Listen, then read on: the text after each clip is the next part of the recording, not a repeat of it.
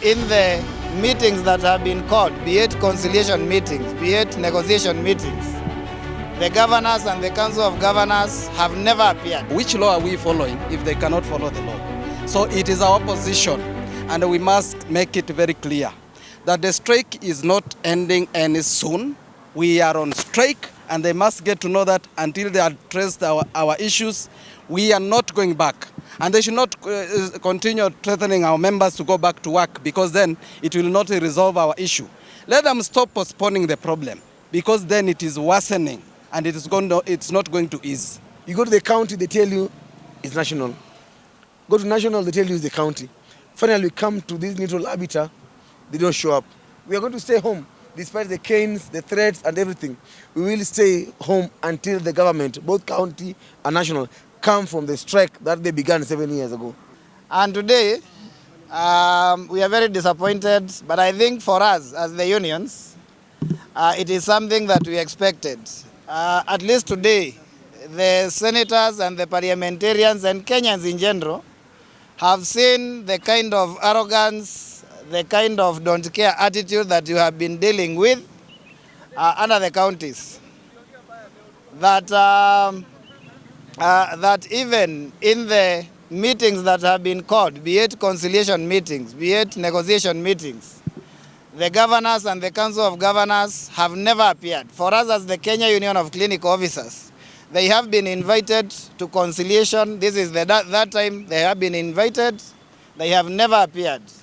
They have also disregarded a court order that was issued by the Employment and Labor Relations Court, and they refused to come to the negotiating table. Today we are doing the 26th of the strike.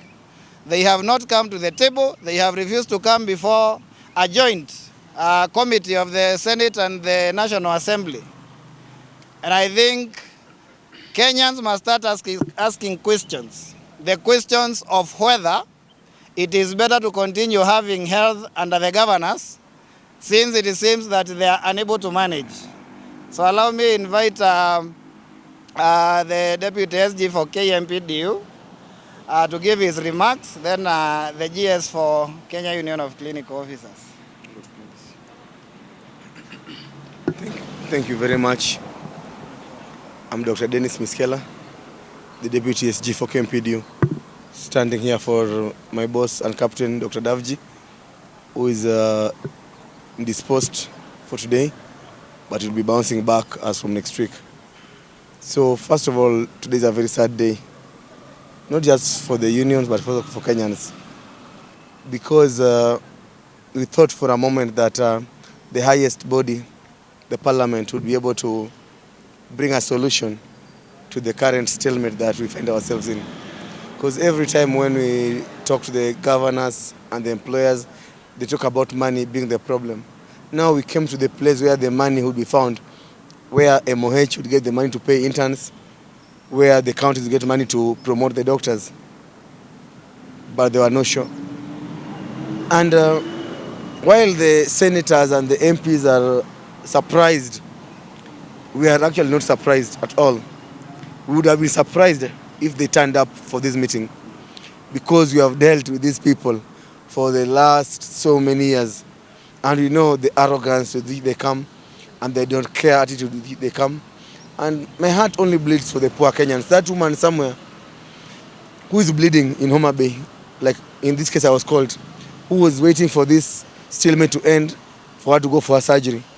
That man who is having an enlarged prostate and can't pass urine and is waiting for this stalemate to end for them to go get care.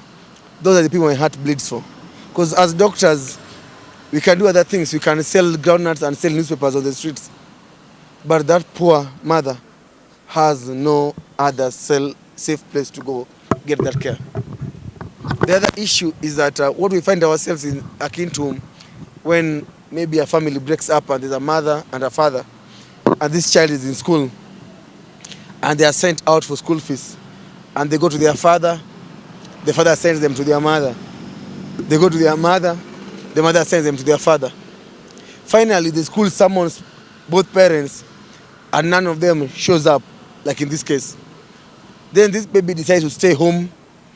Then the parents start beating up this baby that they refuse to go to school. The same thing. You go to the county, they tell you it's national. Go to national, they tell you it's the county. Finally, we come to this neutral arbiter, they don't show up. We are going to stay home, despite the canes, the threats, and everything. We will stay home until the government, both county and national, come from the strike that they began 7 years ago. Thank you. Thank you. Katibu in Swahili. Before I say it in Swahili, let me say that the obvious thing that appeared here today is the kind of problem we have been treated with, where the disintegration in the healthcare, which is not speaking to each other. You will hear that the National Assembly and the Senate, their statement, as much as they are condemning, are more of complaining, because then they are pointing out that there is a bigger problem than even we, the healthcare workers, can handle. Even did the highest office, institution in the Constitution that is supposed to enforce accountability, can invite the Council of Governors and they treat them with contempt, then it is not really different from what they have been doing to us. And for that purpose, they have actually disobeyed court orders. They disobey coming to the conciliation meeting. They don't come. So what is it then can work?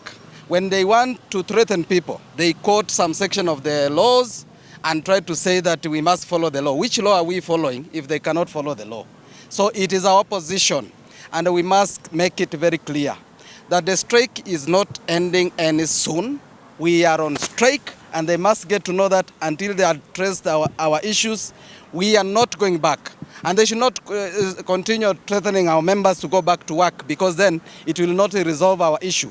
Let them stop postponing the problem, because then it is worsening and it's not going to ease. Kwa machache tu kwa Kiswahili niseme kwamba leo imeghadhabisha sana kuona kwamba magavana wameitwa kuja hapa na National Assembly pamoja na Senate, ambapo tunafikiri kwamba hapa wangekuja basi watoe malalamishi yao yote tumekuwa tukiona wakizungumza katika media.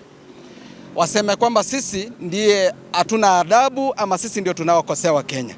Ni dhahiri kwamba wao ndio wako kinyume na sheria, na pia hawataki kuwa kwenye meza mahala ambapo tutangazia masuala kinaga ubaga waziwazi, ili kusudi julikane ni nani ambaye anakiuka sheria na ambaye hataki kutii makubaliano na kutimiza makubaliano yale ambayo yamekuwepo.